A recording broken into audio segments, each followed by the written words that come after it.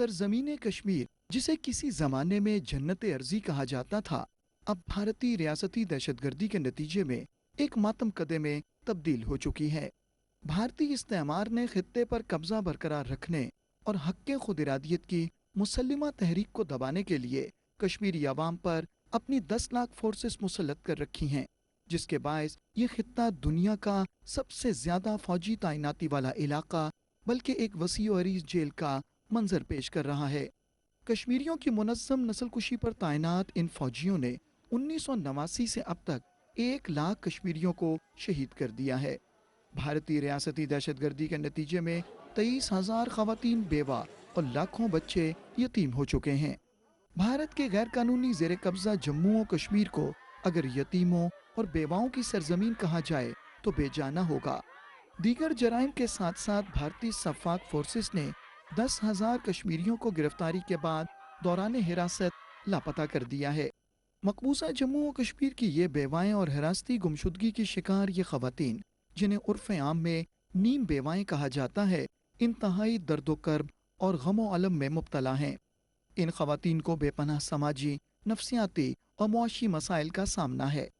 नीम बेवा खवातीन इंतहाई तकलीफदेह जिंदगी गुजारने पर मजबूर हैं। तवील, मुसलसल और ना खत्म होने वाले इंतजार की वजह से इनकी जिंदगी अजीरन बन चुकी है और वो मौत से भी बदतर जिंदगी गुजारने पर मजबूर हैं। गम से निढाल इन खवातीन का कोई पुरसाने हाल नहीं है। इनके उदास चेहरों और इनकी पुरनम आंखों से उस दर्द और तकलीफ को महसूस किया जा सकता है जिससे ये गुजर रही हैं। ये सितम रसीदा खवातीन अपने प्यारों की बाजियाबी के लिए साल हा साल से सरगर्दा हैं और इंसाफ का हर दरवाजा खटखटा रही हैं, लेकिन इनका कोई पुरसाने हाल नहीं है। आपके शोहर कब गायब हो गए? 2002 में। क्या हुआ आपको याद है? वो सुबह निकला, काम पे बोल रहा था मैं काम पे जा रहा हूँ। मैंने बोला दिन को जाएगा, शाम को वापस लौट के आएगा। फिर सुबह निकला काम पे, तो फिर वापस नहीं आया। मैंने सोचा शायद उसको दूर किसी जगह काम मिल गया, इसीलिए वो नहीं आया। मैं 2-3 दिन वेट कर रही, मैंने बोला आ जाएगा, कल आएगा, परसों आएगा, तो कुछ पता ही नहीं चला। फिर बहुत कोशिश की ढूंढने के लिए। बोल रहे थे उधमपुर जेल में बंद है, वहाँ पे भी गए, न्यूज़ में सुना था। मैं और जो मेरी सासू माँ और ये छोटी बच्ची वहाँ पे भी गए, वहाँ पे भी ढूंढा, वहाँ पे भी नहीं मिला। फिर बोल रहे थे कोट बलवा जेल में है, वहाँ पे भी गए, वहाँ पे भी ढूंढा, बहुत कोशिश की ढूंढने की, लेकिन मिला नहीं। नसीमा को 5-6 साल हो गए मेरे साथ। उस बेचारी सास है, वो मर गई पिछले साल अक्टूबर में। उस बेचारी को कोई नहीं, न माँ बाप है, न कोई है। देवर हैंडीकैप है, उसी के साथ रहती।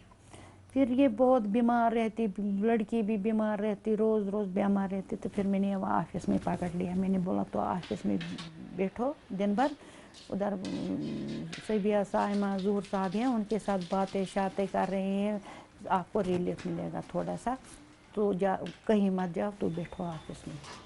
मकबूजा खित्ते में 600 से जायद गुमनाम कब्रों की दरियाफ्त के बाद ये बात साबित हो चुकी है कि लापता अफराद को गिरफ्तारी के बाद फर्जी झड़पों में कत्ल कर दिया गया और फिर इन कब्रों में दफना दिया गया। कश्मीर के मारूफ सहाफ़ी जफर इकबाल का कहना है कि फर्जी झड़पों में कश्मीरियों की कत्लो गारतगरी रोज का मामूल बन चुका है। The grave digger who has in fact dug all those graves a couple of years ago, he told me that all of them bore the marks of bullet wounds or they were subject to other forms of torture and violence, and all of them are buried here. Perhaps these could be the same people who were picked up and later killed and then buried in these graveyards. मकबूजा Jammu और कश्मीर में समाजी कारकुनों का कहना है कि भारत की रियासती दहशतगर्दी से तमाम कश्मीरी बिला लिहाज उम्र जिन्स मुतासिर हुए हैं।